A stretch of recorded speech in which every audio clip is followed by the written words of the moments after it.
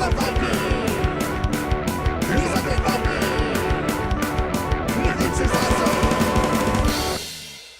everybody, this is me, the Undead Viking, and this is the Elemental board from the game Kwintessens that I'm going to be showing you in here in just a few moments. Kwintessens is a card game in which each person is going to have these awesome little triangle-shaped cards. I shudder to think of what sleevers are going to say. They're not going to be able to... Maybe I could see somebody cutting down a sleeve to fit this, though. But regardless, each person is going to have a deck of those cards, and they're going to have a hand of these elements in their hand, and they're going to be trying to create these perfect elements on the board, which are the shape of a triangle. Thematically, this game is about each person being an alchemist, and you're like the students or the apprentices of the master alchemist of the land. But that master alchemist blew themselves up with an experiment that went awry, and now one of you has to prove to everyone in the kingdom that you are the finest element maker, and best alchemist in the land as well. By creating 4 perfect elements. The game is, like I said, a card-playing game, but you'll be creating the board as you play, and it is a lot of fun, but oh man, it's one of those things where maybe geometry isn't my thing, and wrapping my head around the way I have to fit everything in just proved to be a wonderful, wonderful, frustrating puzzle for me. But let me show you how the game is played, and then we'll come back here and I'll tell you more. Alright, so here we go. This is Kwintessens. I'm going to go ahead and show you how the game is played. Over here you have this elemental board. You have these little markers on there. Each turn, each player is allowed to move their marker 1 space on this elemental board. You'll do that depending upon the cards that you have in your hand. The reason for that is you're only able to play the cards of the element that your marker is on for that particular turn. So when your turn begins, you will have a certain number of cards, you'll be able to discard some, and you're going to draw up to your hand level of 6. And then you'll look at that and you'll make a judgment depending upon where you want to go. Now obviously you can't go straight across, you can't go from air to fire or water to earth or vice versa, but you can eventually make it to that location depending upon which route you go. Each person has one of these decks of cards. The decks are exactly the same. They have 20 cards in them, and they have 5 cards for each element, numbered 1, 2, 3, 4, and 5. Now I've gone ahead and set up the starting hands for each one of these, just so I can kind of show you how the game is played. But like, so here you have, like yellow has 4 of the blue, water, they have a fire, and they have an earth. All right. So on the beginning of the turn, what's going to happen is each person is going to pick where we're going to go, and so yellow is probably going to move over to the water element, so they'll be able to play their water cards, and everyone else will make their decisions as far as their cards are concerned on there as well. Now at the beginning of the game, this Aleph card will be given out randomly to one person. That is important because that will determine the tiebreaker for that particular round as far as the turn order. At the beginning of the game, beginning of the round, each person will take one of their cards, they'll put it face down in front of them, and everybody will reveal them. If you have the lowest number, so like if you have the 1, you would win and you get to go first. And then the next person with the next highest number would go, and the next person with the next highest number would go, and so on and so forth. Now, if 2 people should happen to tie, say like I revealed this 1 and red reveals a 1, I would get to go first because I have the Aleph token. If green had the Aleph token, and we both revealed a 1, it would go to the person who would get to go first, as long as it wasn't green, would be red, because red is technically sitting over there, and so go clockwise around the table, and he is closer to the first player token than I am. And this would hold true for after the first player. So if I reveal my 1 and 2 people had a 3, same deal. You'd figure out as far as that would be the breaker for that. Now I should mention the person that goes last in the round gets the Aleph token at the end of the round. So they have the possibility, as long as they have the right cards, they're going to have the tiebreaker for that particular round. So on your turn, you're going to be playing cards. Remember, you can only play cards that match the element that you are on. And you're trying to make a triangle. Now, as I said, I've kind of gone ahead and set this up so it is easy for me to do, like show you how I score a element in this particular case. So if you go ahead and place, the first card you have to place is the card that you put face down. You reveal it, you show that off, boom, you're done. Now you have to, you get to place cards on the board and then you get to place them as long as they match a side or they match a point. You can continue to do so. So we've gone ahead and put that one down, and so you can see, building up a triangle, can be a little bit difficult because of the fact that, once again, because you have to follow suit with that particular action. You have to continue to build off of that point for that particular card that you placed. So the next card I'm going to place this 3 card right there, like so, and so I've got that base, and on the next card, sharing a point, we're going to go ahead and place that card right there. And now I have created a triangle of water. Remember, this card here is wild. And what I do then is I take one of my tokens, I put it in the middle like so, to show that I have claimed my pure water element. And now I can go ahead and claim, because I'm the first person to claim the water, I can claim this card, which is another wild card. And I go ahead and I place that in front of me that I can be used at a later turn. I can't begin a round with that because of the fact that it has no number on it, but it can be used at any point in my turn. Now, you can only have one of these at any one time, so if in a later turn I was able to claim, say, the earth, I make an earth triangle and I can claim this one, if I still had that card in front of me, I would not be able to claim it. I would still get, my perfect element created, but I would not be able to claim that Kwintessens card. Now, I should mention that once this is claimed like this is considered to be like a pool. Now, not like it's a pool of water, but this is considered to be its own pool, and you can't co-opt part of this pool to create. So somebody else with more water couldn't just come over here and build off of this to create another one, because of the fact that this triangle is like its own pure element. So they couldn't co-opt part of it to create another triangle built off of it.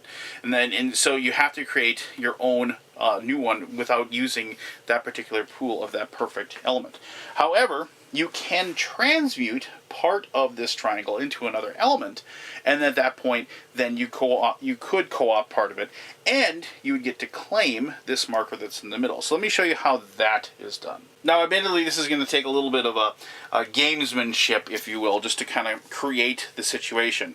But and also remember that once you place cards on the board, like so, like if Green was placing these cards, they're no longer technically theirs. They've gone ahead and they've placed these cards on the board, and they are part of the game at this point.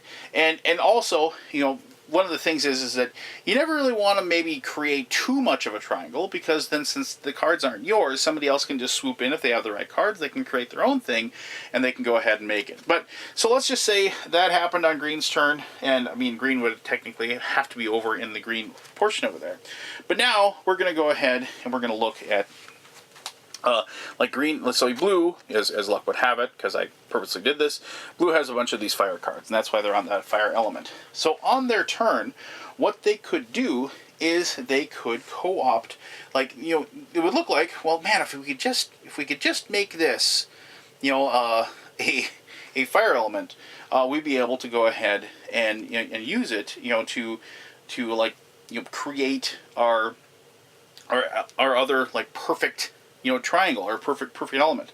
So what we can do is, we can go ahead and, for the first card, maybe we showed this 2, we place that in there. So if we could just somehow change that, but we can, because remember the points are matching, as long as the number used on that is greater than that. So this is a 4, that's a 3. We place that over like so, and then Blue would be able to create this perfect element of fire, and then they would be able to take this marker and place that back into their hand, or as one of their player markers, and they would be able to use that as one of those markers to determine how many cards they can discard and then draw. And also, obviously, they'd be able to take this Kwintessens card because of the fact that they were the one to complete the fire element. All right, so I mean, that was a rather quick and simplistic way of showing how that works, but that is ultimately how this game is played.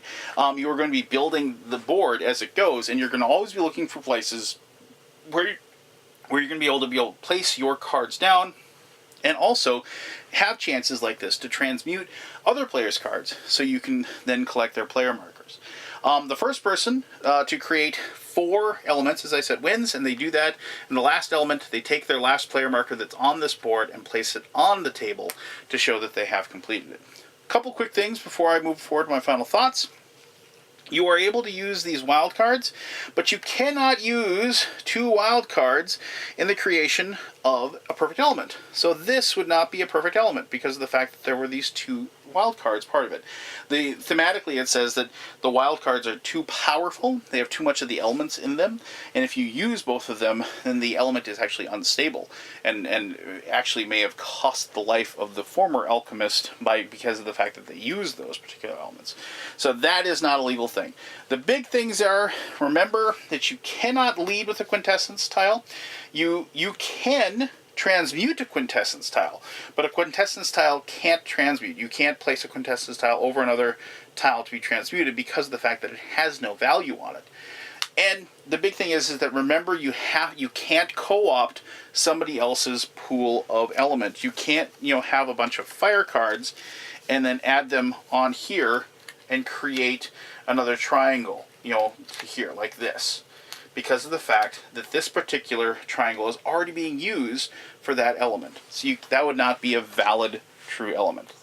The game is, for both clever and very, very, very, in a good way, frustrating. Like trying to make sure you have the right cards for the right spot and being able to create what seems would be easy to create these triangles of these powers and these elements, but it just seems like you just never have the right card for the right spot for the right moment.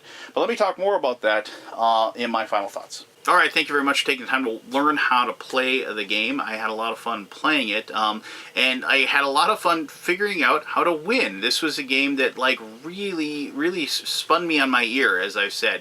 And I don't mind being frustrated with the game, as long as the rules aren't frustrating. It's just actually figuring out how to get my cards on the board to make them work that is frustrating. It makes for a challenging puzzle. Now, strangely, my daughter, and possibly because she actually is still taking math classes, really liked this and really took to it quickly. She was able to wrap herself around the whole process. I remember the Rubik's Cube, obviously the Rubik's Cube, but there was that one triangle Rubik's Cube, and I was really good at that, probably because it only had 4 sides. And I remember playing with that all the time. And so whenever I saw this, that's what I kept thinking of. That I can't remember what it was. Triacube? I don't know. Who knows? But regardless, my point is that this game really, really challenged me. And I had a lot of fun with that. I like games that make me think. I like games that, put up that barrier to get past. If you play a lot of board games, and maybe it's because I don't play a lot of abstracts, because technically this is kind of an abstract, and I don't normally play a lot of these, but it brought me into an unfamiliar territory, and it brought me into a wonderful unfamiliar territory where you're co-opting what other people are doing. You're trying to and hoping people don't take the spot that you're at, and you got to use all of those cards. It's just such a wonderful balance of cards that you could use to maybe create your triangle, or you don't want to help somebody too much, or you're hoping somebody doesn't co-opt it. And the fact that they're on this board and they're on the spots usually gives you a pretty good idea of what kind of cards they have in your hand. So if you see somebody is on Earth, you don't want to put a bunch of Earth cards down that you can't actually use right away. So you end up using other cards and kind of building towards something else. But then you got to worry about somebody else and so on and so forth. So I mean, there is a lot of different strategies and a lot of depth to this game that after repeated plays, it really, really started showing it to me. And so I'd say anybody who is interested in these kinds of games, these abstract card games, which is a weird genre, if you will, I'd strongly suggest checking this one out. This was a lot of fun. It was very challenging, as I said, and my daughter took to it immediately. And when I can get a family member that really, really enjoys a game, it stays in my collection. So there you go. If you have any questions about Kwintessens, by all means, ask away. I'll be happy to answer those as best as I can. Thank you very much for your time, and you have yourself one heck of an awesome day. All right, bye-bye.